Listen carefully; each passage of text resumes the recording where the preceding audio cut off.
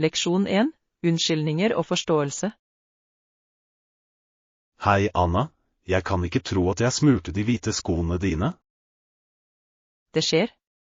Jeg er bare glad for at det var en ulykke. Her er et papirlommetørkle. Jeg håper det hjelper å rydde dem opp. Takk. Jeg setter pris på din omtenksomhet. Jeg synes synd på at jeg ikke er mer forsiktig. Ingen grunn til bekymring. Det er lett å gjøre feil. Jeg skal sørge for å være mer forsiktig neste gang. Det er en god tilnærming. Det er viktig å lære av disse øyeblikkene. Definitivt. La oss gå videre og nyte dagen. Leksjon 2. Viken-eventyr. Morgen, Anna. Hvordan pleier du å tilbringe helgene? Jeg liker å gå tur eller utforske naturen. Det høres forfriskende ut. Har du favorittløyper? Ja, det er en nydelig sti ved elven som jeg elsker. Jeg vil gjerne sjekke det ut. Hvordan er naturen? Det er vakkert. Du kan se markblomster og kanskje til og med noe dyreliv. Det høres fantastisk ut. Jeg burde bli med deg en helg. Absolutt. Det er morsommere å utforske med venner. La oss planlegge en fottur snart. Leksjon 3. Hold deg aktiv.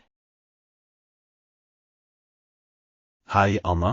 Jeg prøver å trene minst 3 ganger i uken.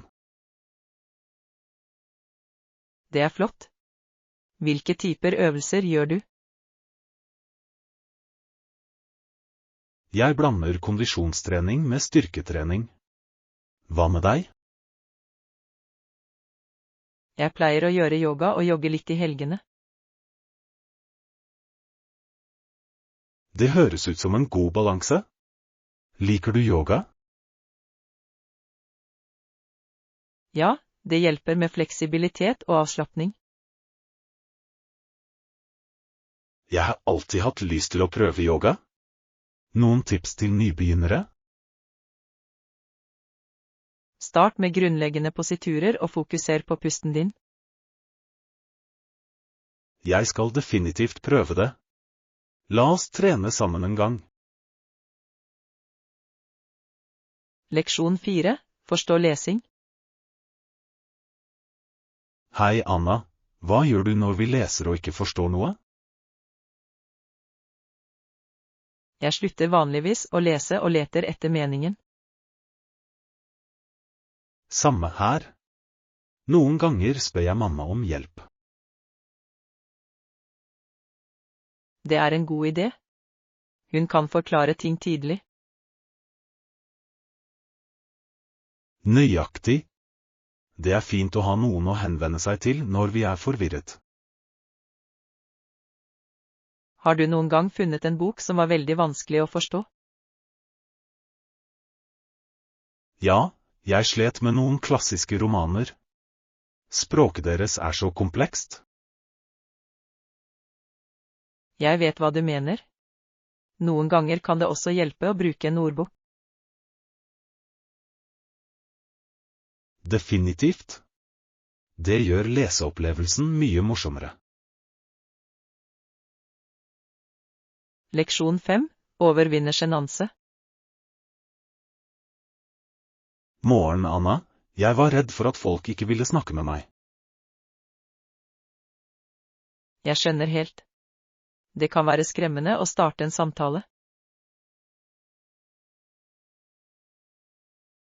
Jeg føler meg ofte sjenert i nye situasjoner.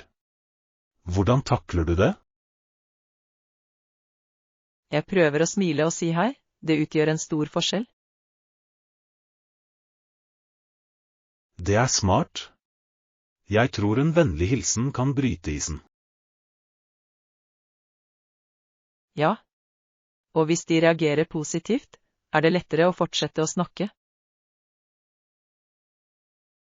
Det burde jeg trene oftere. Noen andre tips? Å bli med i gruppeaktiviteter kan også hjelpe deg med å møte nye mennesker. Flott idé. Jeg skal se etter noen klubber å bli med i. Leksjon 6. Reiseanbefalinger. Hei Anna, vil du anbefale Paradise Cove til andre? Absolutt. Hvis du elsker natur og avslapping, er det perfekt. Hva gjør det spesielt? Den fantastiske utsikten og den fredelige atmosfæren er utrolig. Det høres fantastisk ut. Er det aktiviteter å gjøre der? Ja, du kan vandre, svømme eller bare slappe av på stranden. Jeg elsker ideen om å svømme på et vakkert sted. Du vil ha glede av det. Vannet er så klart og forfriskende. Jeg legger den på reiselisten min. Vi bør planlegge en tur sammen. Leksjon 7. Shoppingstrategier. Morgen, Anna, ser du etter salg når du handler? Definitivt. Jeg sjekker alltid butikkens ukentlige annonse. Det er et smart trekk. Det kan spare mye penger. Ja. Jeg finner de beste tilbudene på den måten. Hva med deg? Jeg pleier å sammenligne priser på nett før jeg går til butikken. Det er en god idé. Netthandel kan avsløre gode rabatter. Nøyaktig. I tillegg sparer det tid når du søker etter spesifikke elementer. La oss gå på shopping sammen og lete etter gode tilbud. Høres gøy ut. Jeg er spent på å se hva vi kan finne. Leksjon 8. Bygge en portefølje. Hei Anna, jobber du et sted ennå? Ikke ennå, men jeg bygger opp porteføljen min. Det er en god strategi. Hva slags arbeid inkluderer du? Jeg legger til mine frilansprosjekter og frivillig arbeid. Det er smart. Det viser en rekke ferdigheter og erfaringer. Nøyaktig. Det er viktig å presentere ulike arbeidsprøver. Har du tenkt på hvilken jobb du vil søke på? Jeg er interessert i grafisk design og markedsføringsroller. Det er spennende felt. Jeg er sikker på at du vil finne gode muligheter. Leksjon 9. Årsaken til konflikt. Hei Anna, har du noen gang tenkt på hva som utgjorde en særegen og sterk interesse for historie? Absolutt. Det er fascinerende hvordan spesifikke interesser kan utløse store begivenheter som kriger. Nøyaktig. For eksempel fører økonomiske interesser ofte til konflikt. Ja. Ressurser kan skape eller bryte forhold mellom nasjoner.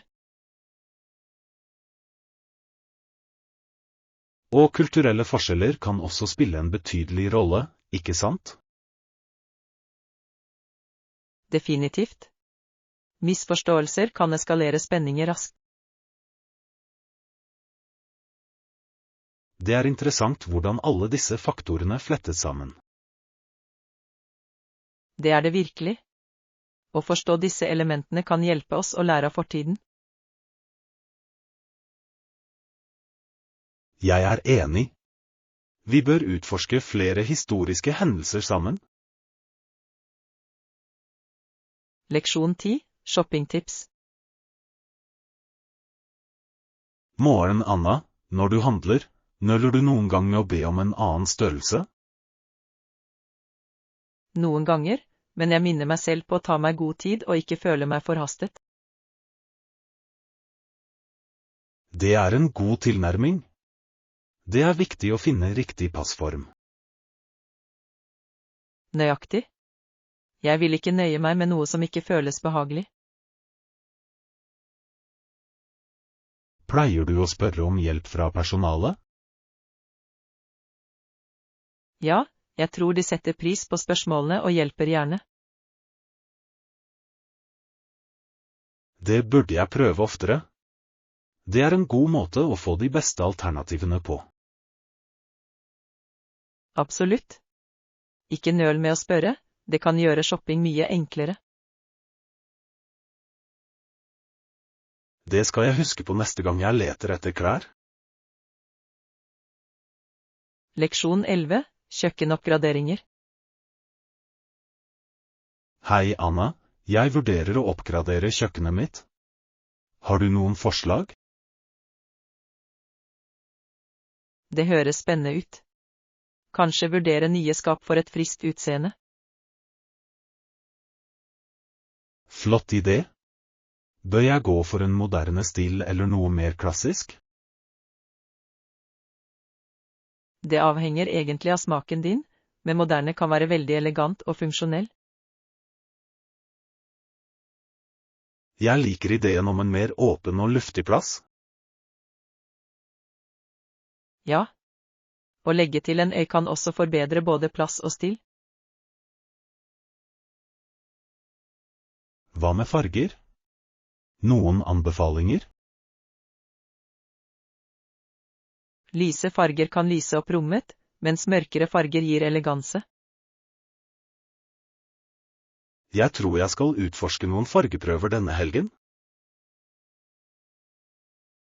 Leksjon 12, innovasjoner i historien.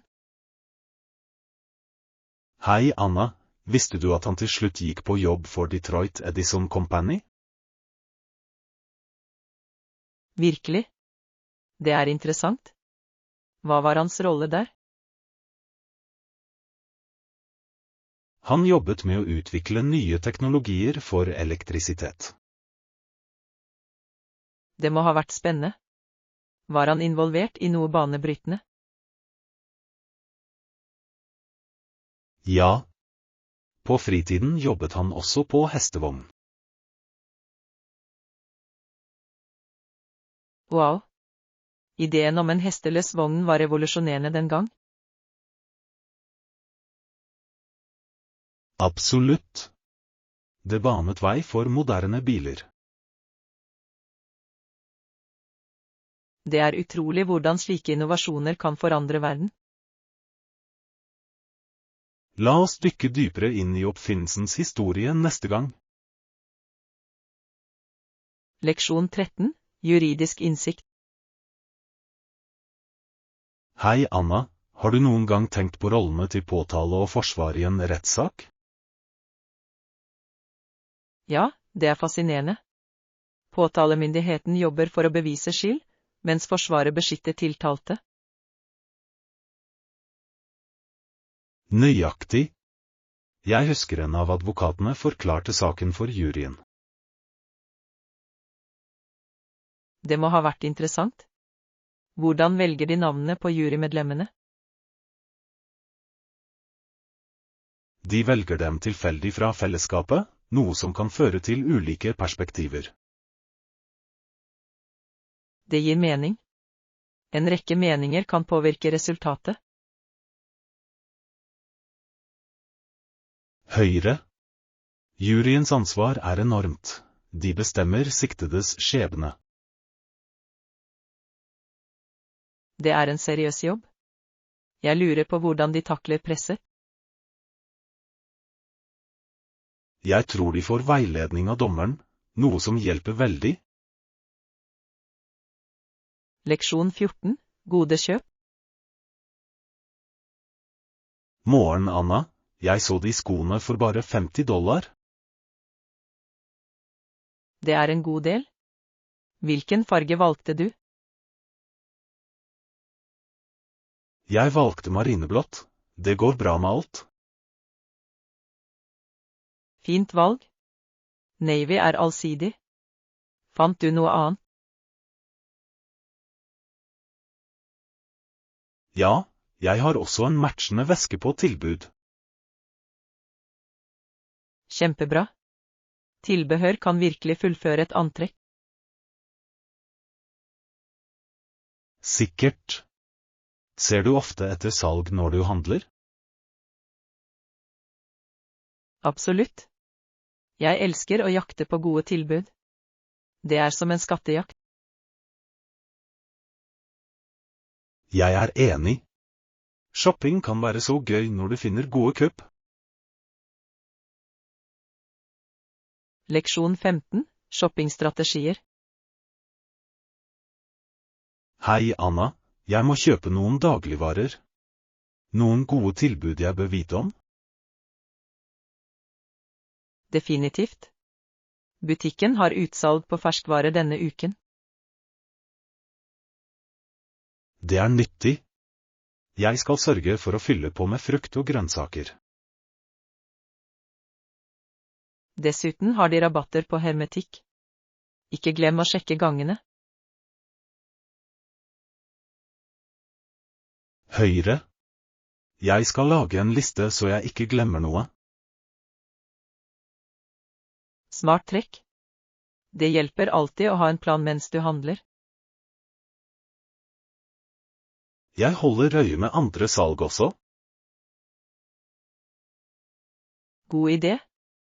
Du kan finne uventede varer til en lavere pris. Jeg skal fortelle deg hva jeg finner når jeg kommer tilbake. Leksjon 16. Nye naboer. Hei Anna, er du den nye naboen som flytter inn ved siden av? Ja, det er meg. Jeg flyttet nettopp inn forrige uke. Velkommen til nabolaget. Hvordan finner du det så langt? Takk. Det virker vennlig, og parkene er vakre. Det er flott å høre. Har du møtt noen av de andre naboene ennå? Et par av dem var innom for å presentere seg. Det er fint. Det er alltid godt å vite hvem som bor rundt deg. Absolutt. Jeg gleder meg til å få nye venner her. Gi meg beskjed hvis du trenger hjelp til å finne deg til rette. Jeg hjelper gjerne. Leksjon 17. Shopping for stil. Morgen, Anna. Jeg håper vi begge finner det vi leter etter i dag. Jeg også. Jeg er spent på å sjekke ut butikken. Hva håper du å finne der? Jeg trenger en ny kjole til et kommende arrangement. Høres gøy ut. Jeg ser etter noe tilbehør som passer til antrekkene mine. Flott idé. Tilbehør kan virkelig heve et utseende. Nøyaktig. La oss sørge for å hjelpe hverandre med å velge de beste varene. Ja. Jeg vil gjerne ha din mening om hva som ser bra ut. Og jeg trenger definitivt moterådene dine også. Leksjon 18. Sette grenser. Hei Anna, jeg har tenkt på å sette grenser på jobben. Det er en god idé. Det er viktig for å opprettholde balansen. Definitivt.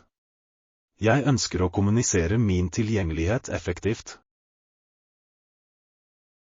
Godt poeng. Tidlig kommunikasjon bidrar til å unngå misforståelser. Hvordan holder du vanligvis fokus mens du jobber? Jeg opplever at det å ta korte pauser hjelper meg å lade opp. Det er smart. Det burde jeg også prøve. Jeg glemmer ofte å ta pauser. Ja, det kan utgjøre en stor forskjell. La oss dele tips om hvordan du holder deg produktiv. Det vil jeg gjerne. Vi kan motivere hverandre til å holde fokus. Leksjon 19. Praktiske teknologier. Hei, Anna. Jeg leste om en ny app for betaling av regninger som er mer praktisk. Virkelig? Det høres interessant ut. Hvordan fungerer det? Den lar deg betale alle regningene dine på et sted. Det er nyttig. Jeg hater å sjonglere flere apper for forskjellige regninger. Nøyaktig. Den sender også påminnelser, slik at du aldri går glipp av en betaling. Wow. Det vil definitivt redusere stress. Jeg vurderer å prøve det. Har du brukt noen lignende apper? Ja, jeg brukte den før, men den hadde ikke alle funksjonene. Jeg skal fortelle deg hvordan det går hvis jeg prøver denne. Leksjon 20. Politiske perspektiver. Morgen, Anna. Jeg leste om Romatraktaten. Å, virkelig? Hva er dine tanker om det? Jeg ser på det som ganske byråkratisk og splittende. Det er et interessant perspektiv. Det utløste mye debatt. Sikkert. Jeg ble født noen år etter at den ble signert, men virkningen merkes fortsatt. Det er fascinerende hvordan historiske beslutninger former vår nåværende politikk. Absolutt. Å forstå historien hjelper oss å navigere i dagens problemer. Jeg vil gjerne diskutere mer om politisk historie med deg. Det høres ut som en flott plan. La oss utforske det sammen. Leksjon 21. Leveringsdetaljer. Hei, Anna. Jeg tenkte på mengdene vi trenger til arrangementet vårt senere. Det høres viktig ut. Hva har du i tankene? Vi bør vurdere antall gjester når vi bestiller mat. Absolutt. Og et annet viktig aspekt er leveringstidspunktet. Høyre. Vi vil at alt skal komme friskt og varmt. Bør vi også tenke på porsjonsstørrelser? Ja, det er viktig at alle får nok å spise. Jeg er enig. Det er bedre å ha litt ekstra enn å gå tom. Nøyaktig. La oss lage en liste over alt vi trenger å diskutere. Leksjon 22. Pizza og pasta. Hei, Anna. Har du tenkt på å bestille pizza og noen deilige forretter til middag? Det høres flott ut. Jeg elsker pizza. Hva slags liker du? Jeg er en fan av pepperoni, men jeg liker også veggisepizza noen ganger. Veggipizza er velsmakende. Men jeg er i humør for pasta. Pasta ville vært et fantastisk tillegg. Har de noen pastaretter på stedet vi bestiller fra? Det tror jeg de gjør. Vi bør sjekke menyen deres på nettet. God idé. Vi kan mikse og matche bestillingene våre.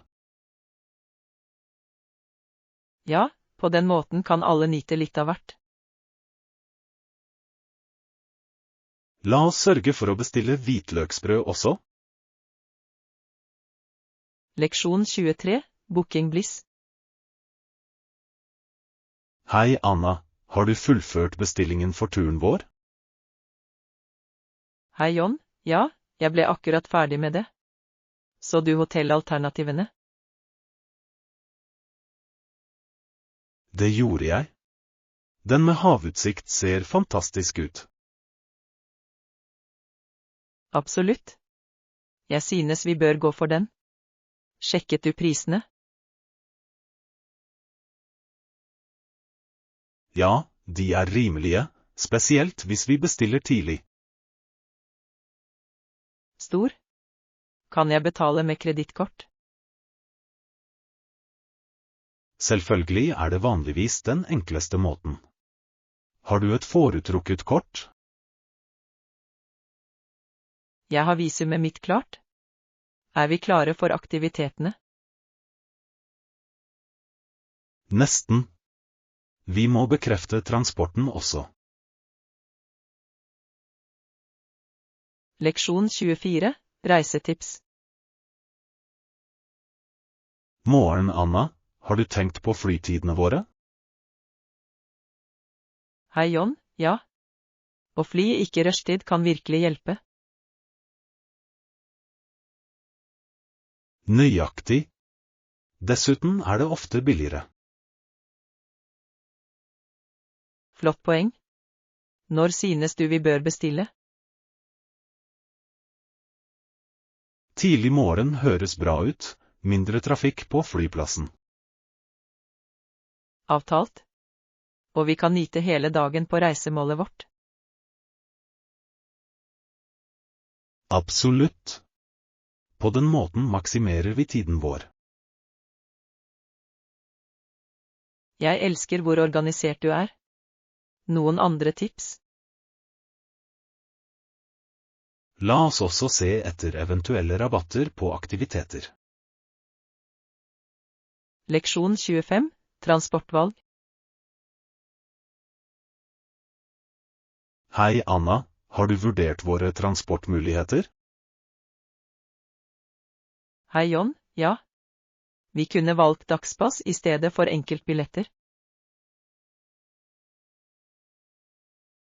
Det er smart. Det vil spare oss penger hvis vi utforsker mye. Nøyaktig. Hvilke andre transportmuligheter tror du vi har? Vi kan også leie sykler eller bruke apper for samkjøring. Det er gode ideer.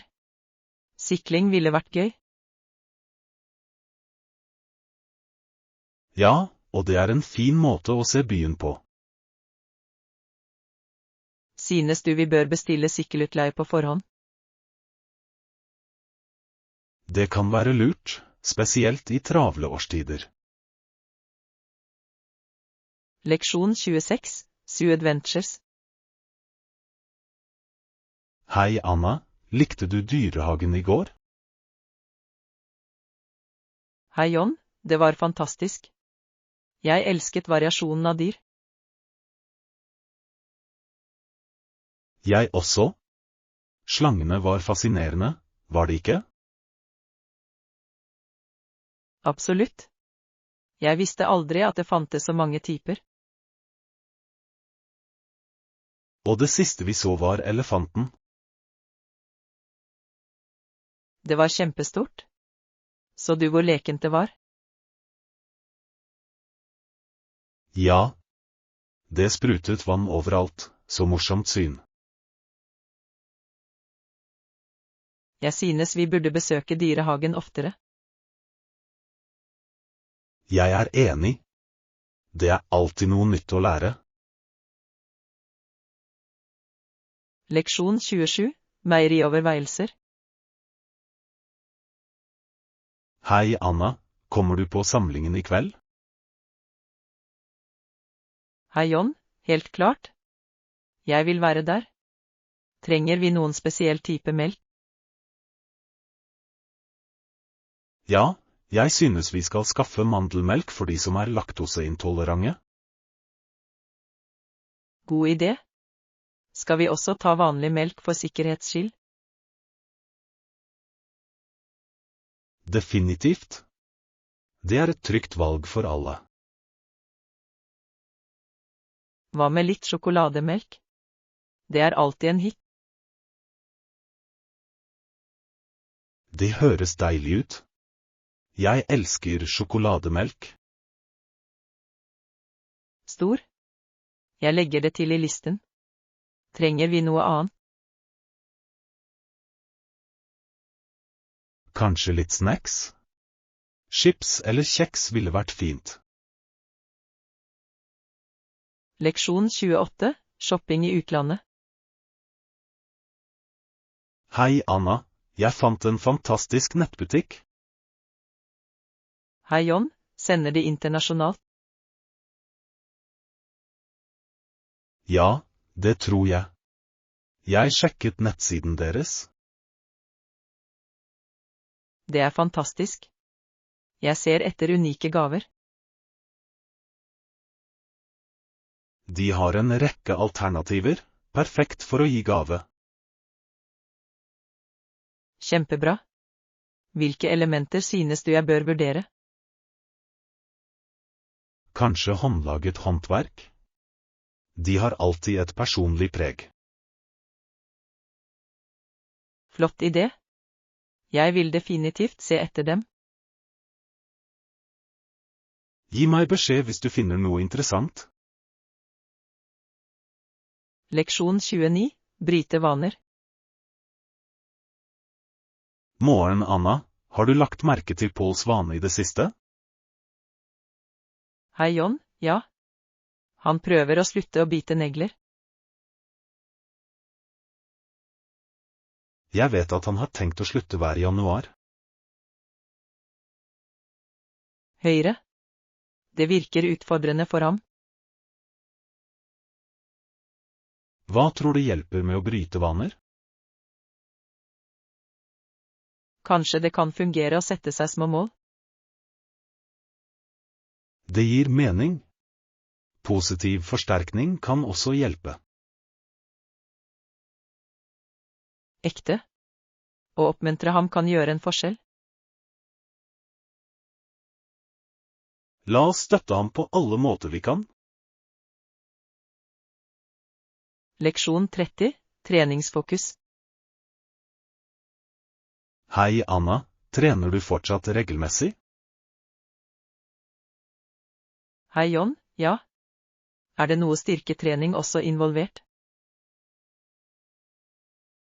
Absolutt. Jeg bruker vektløfting for generell kondisjon. Det er flott. Hvilke øvelser liker du best? Jeg elsker markløft og knebøy. De er veldig effektive. Det er utmerkede valg. Jeg foretrekker kroppsvektøvelser. De er flotte for å bygge utholdenhet. Nøyaktig. Har du en treningsrutine du følger? Ja, jeg prøver å blande det for å holde det interessant. Leksjon 31, motefunn. Hei Anna, jeg har lett etter et nytt antrekk. Hei John, hva ser du spesifikt etter? Jeg vil ha noe som utfyller stilen min og kan brukes til enhver anledning. Det høres spennende ut. Har du en farge i tankene? Jeg tenker på nøytrale farger, som beige eller grå. De er allsidige. Du kan enkelt mikse og matche med andre biter. Nøyaktig. Noen forslag til hvor man kan handle? Jeg har hørt at lokale butikker ofte har unike varer. Det er en god idé. Jeg elsker å støtte lokale bedrifter. Leksjon 32, innhøstingstips. Morgen, Anna. Har du startet hagen din ennå? Hei, John, ja. Jeg ser etter å begynne å høste små mengder snart. Det er spennende. Hva har du som vokser? Mest urter og litt grønnsaker. De vokser raskt. Jeg kan ikke vente med å prøve det. Friske urter er det beste i matlaging. Absolutt. De tilfører så mye smak. Har du tenkt på hva du skal lage først? Jeg tenker på en frisk salat med mine hjemmedyrkede grønnsaker. Det høres deilig ut. Jeg vil gjerne bli med deg for det. Leksjon 33, treningsfasiliteter. Hei, Anna. Har du sjekket ut det nye treningsstudioet i byen? Hei, John. Jeg har hørt at den er veldig godt utstyrt. Ja, jeg har sett bilder på nettet. Det ser imponerende ut. Ikke ennå, men jeg planlegger å besøke denne uken.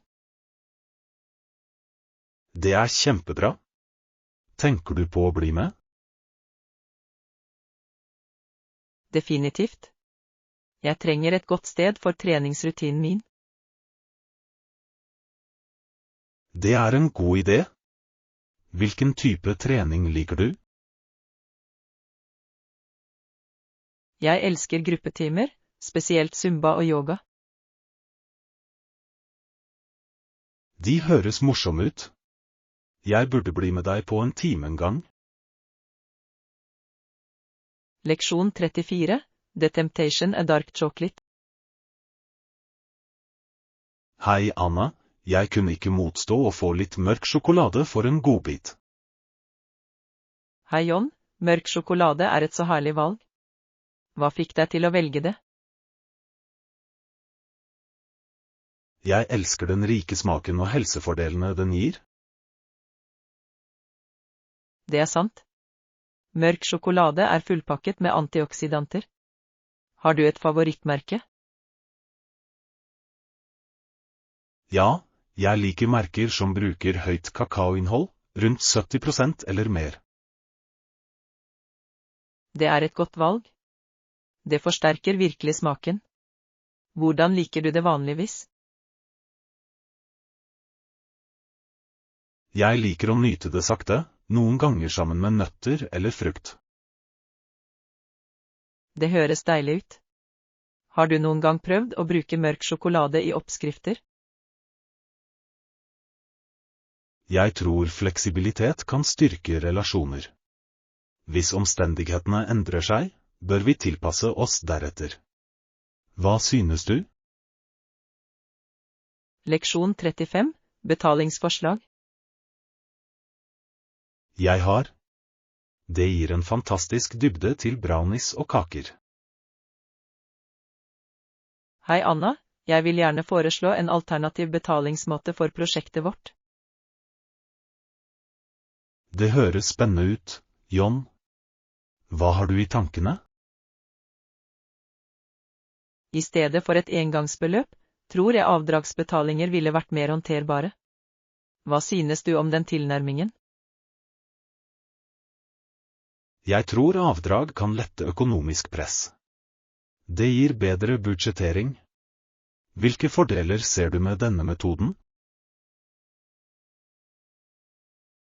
Det kan fremme en mer konsistent kontantstrøm, noe som gjør det lettere å planlegge fremover. Har du vurdert noen potensielle ulemper? En bekymring kan være risikoen for forsinkede betalinger. Vi må sikre tillit og ansvarlighet. Hvordan kan vi adressere det? Vi kunne opprette klare avtaler som skisserer betalingsplaner. Åpenhet er nøkkelen.